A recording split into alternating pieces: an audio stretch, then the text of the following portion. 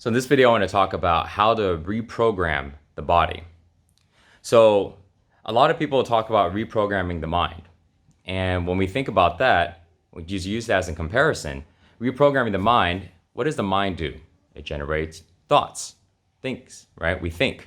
So therefore, if we were to reprogram the mind, we would reprogram the way we think. We would change the way we think, right? So how do we reprogram the body? Well, if we look at the language of the body, what would we say the body does? If the mind thinks, then the body feels. And so therefore, when we are looking at feeling, reprogramming the body basically means we are changing the way our body feels. Our body feels very similar every single day. And the reason why is because through all of our habits and all of the life choices that we made, we've conditioned our bodies to feel a certain way. Now, whether or not a person is feeling good or not, it's still important for a person to feel as best as they can. Because sometimes people can't feel their body as much. And so therefore, they're using their mind to kind of assess how things are going. And this might be strange if this is something that somebody doesn't think about. What do you mean I can't feel? See, I'm feeling, right? So what do you mean by that? Well, what I mean is our ability to feel has been really, really limited. That means if I go like this, oh, I can feel this, right? So let's say if I don't tap it, can I feel the outside of my arm? Can I feel the inside of my arm? Okay, let's say I stand here. Can I sense which emotion I'm feeling? These are things that, to be honest, I didn't pay attention to for most of my life. But over the years now, I've realized the importance of our ability to feel and to know what we are going through in our emotions, because it affects everything in our life. It affects all of our choices, affects our energy, affects how we treat other people, it affects how we see other people, it affects our entire reality. Okay, so going back, feeling. If we can't feel what's going on in our emotions, that doesn't mean that we have positive emotions. That doesn't mean we're feeling good. We simply could just be very disconnected to our emotions, disconnected to the way we feel in our bodies. But it's important for us to be able to know how we feel, or it's more important for us to feel good, because when we feel good, our mind thinks in equivalent to the way we feel. And this is how it happens. When we are feeling some sensation in our body, that sensation connects to an emotion. It connects to a certain emotion, and feeling confident, feeling excited, feeling sad, feeling angry, feeling worried, feeling reluctant. There's all these different emotions in our bodies, and it connects to a certain emotion, and that emotion now influences, it creates a filter in which the way we see ourselves and the way we see other people, the way we see our life.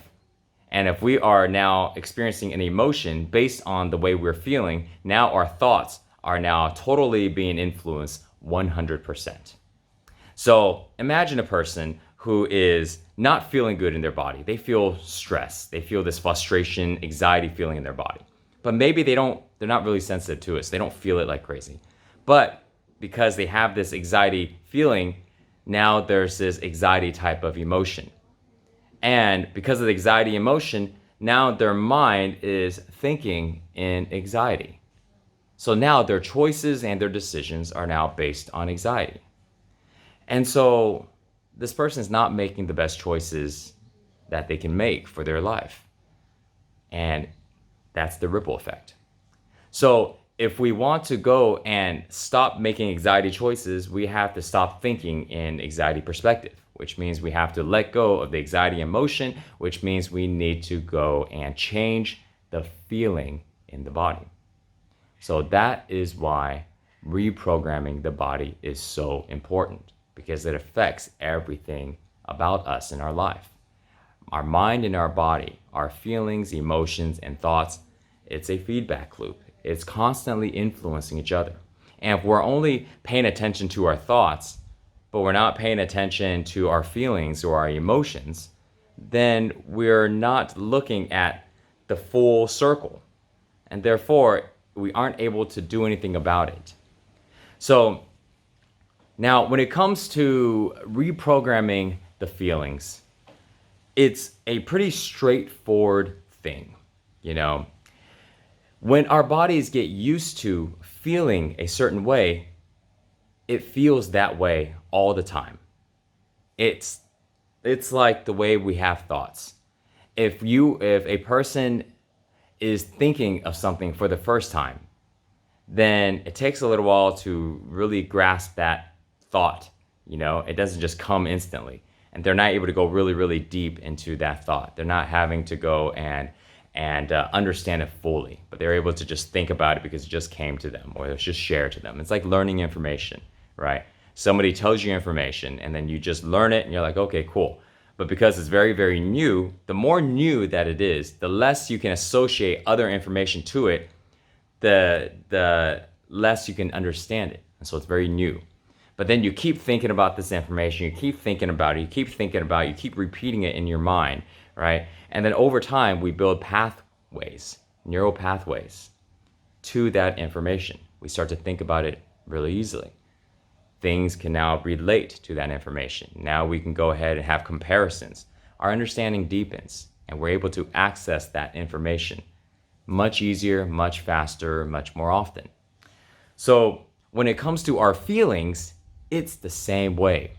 If we got used to feeling a certain way, to reprogram our body, we change the way we feel. Every time when we feel something, it is influencing the programming of our body. And so if we want to go and feel good, then all we have to do is constantly make our bodies feel good. And if we did that, then our bodies will start to get used to feeling good. And our mind will start to pay attention to what created that good feeling. So if we felt good every single day doing something, our body will start to recognize that feeling good. So now when it gets used to feeling good, it starts to build the pathways to be able to feel good. So let's say, for example, if a person is constantly stressed and constantly frustrated, but now they start doing an activity every single day, and for that 1 hour every single day, that activity makes them feel good. So every time they do that, they are reprogramming the body, getting the body more used to a new feeling. So now over time, that passageway from feeling stressed to feeling good, now we are directing, getting the body used to this new state of feeling, getting the nervous system to go ahead and change the way it's firing. All of these effects are happening. Our breathing starts to change. All of these tiny effects that are changing in our body. So we just say it's like feeling good, but in reality, there's a lot of other little things that are happening. But over time, our body becomes more used to the new feeling that is being introduced. And maybe we start off, it's being just 1 hour a day. But then now that 1 hour a day of feeling good, now throughout the next 23 hours, it's not just feeling good for 1 hour and then 23 hours of feeling exactly the same as before. No, that 1 hour now influences the other 23 hours. It's like if you have a thought about something, for 1 hour, you have a discussion about something. Once that discussion is done, you don't, that discussion, those thoughts don't just totally leave your mind and it's just out. No, it stays in your mind for a while and it influences the way you look at things for a while. And if you don't have a discussion like that again, then every moment, every day, every hour, it starts to go away. And then before you know it, it'll be gone. It's like you watch a movie, right? And then after that movie, if it was a good movie, you're influenced by that movie. You now see life a little bit differently. Maybe there's a lesson, maybe there's something, right? A little experience. But now it influenced you. And that movie was an hour and a half, 90 minutes long. But it's not just a 90-minute window. that you're being influenced. No, it carries over. And so the same idea with our body. When we were to do an activity, for example, for 1 hour and we feel really good, now the other 23 hours, we may feel good for another few hours. Maybe it's another 2 hours, 3 hours. But now we're starting to go ahead and influence the way we feel. And every time when we do that activity and we feel good for that 1 hour doing that activity, we start to increase the ripple effect of feeling good. And the more we do that, the more our bodies would start to become more familiar with feeling good and start to become less familiar with feeling stressed, feeling worried. And so we are literally reprogramming the body's feeling, natural default state of feeling. Okay? So when we think about feeling good, the way our body's natural state, if you look at an animal, it's easy to tell. It's not rocket science. Relaxed, at peace, calm. The body is not under all of this pressure, all of this stress, and all of this stuff. Now the body is feeling good. Okay? When we go ahead and use our body really hard, do some physical stuff, right, and challenge our bodies, it's great, but we shouldn't have to be challenging our bodies every single moment of every single day. But when we're feeling bad, we're putting a lot of extra stress onto the body and onto the internal working systems of the body. So when we feel good and we are relaxed and we are calm, then the body is able to be at a state of harmony. It's like a car.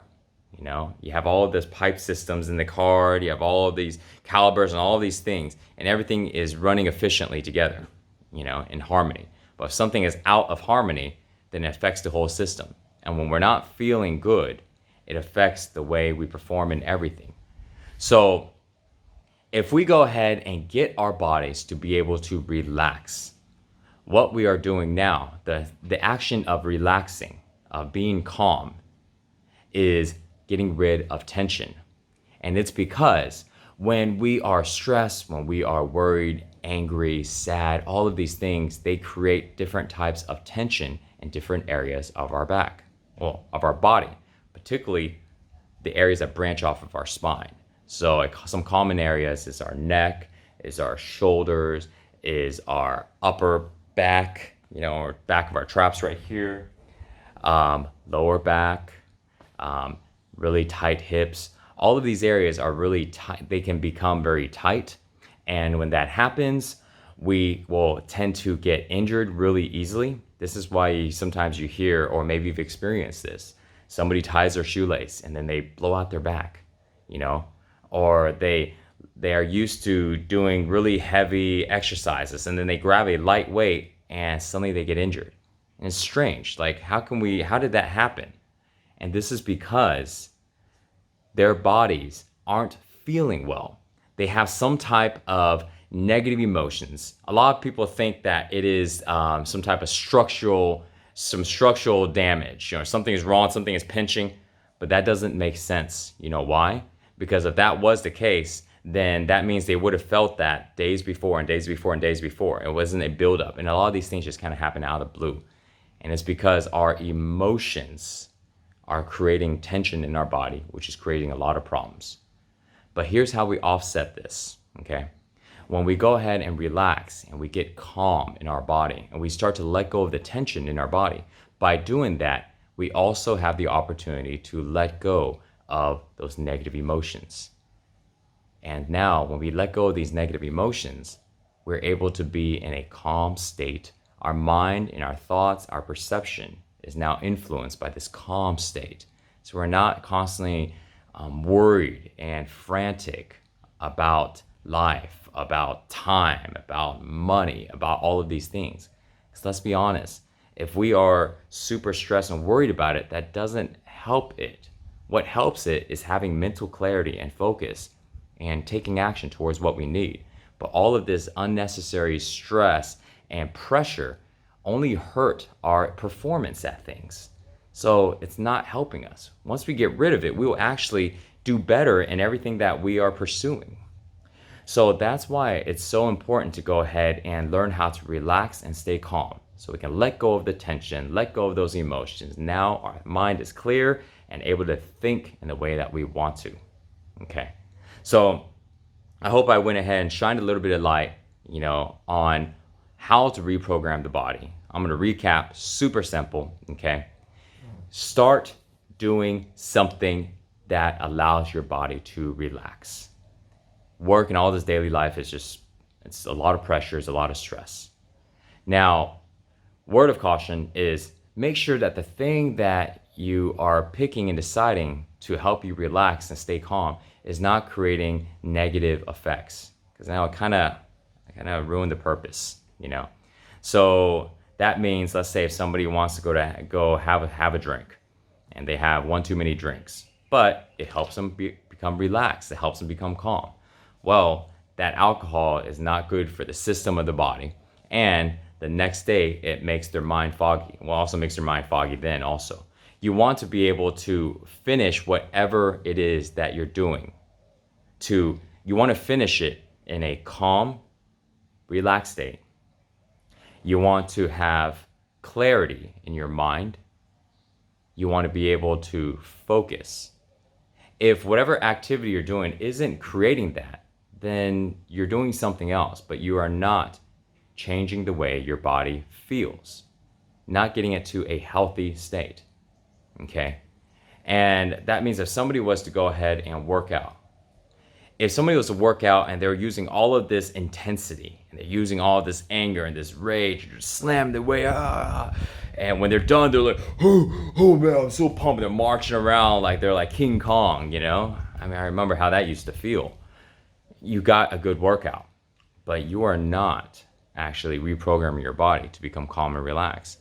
You're probably doing the opposite, reprogramming the body to be tense, to have all of this rage, and all of this aggression. Aggression would probably be like the best word. And I know how that feels because that was me, So hey, no judgment or hate on anybody, man. I totally understand. But at some point, I realized for myself that wasn't creating happiness, that wasn't making me feel good, and that I wanted more in life than just lifting a whole bunch of weight and looking good in the body, but emotionally dealing with all kinds of crap, So make sure your practice is leaving you in a good place, all right? And if you have something that is going to do that, start doing that and start feeling the change in your body. If you don't, try out my flow training, okay?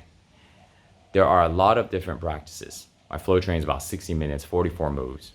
You go from being calm or just regular to getting into this whole roller coaster, to where you're going through all of this emotion, all this stuff, energy's going up, up, up, and then you come down. At the very end, you're left feeling super calm and at peace and relaxed. There are a lot of great practices out there, and everybody's got different interests. And so the important thing is to understand that it is so important for people to learn how to relax, learn how to be calm. And no matter what method that they are using, that they prefer to get there, the end goal is still to go ahead and get into that state and have that state to be their natural state, their default state. So no matter what goes on in their life, they're able to always go back into that state of calmness and relaxation. That's when our mind is operating the best, the most clear, and the most focused. So, all right, that's it, guys. Thanks.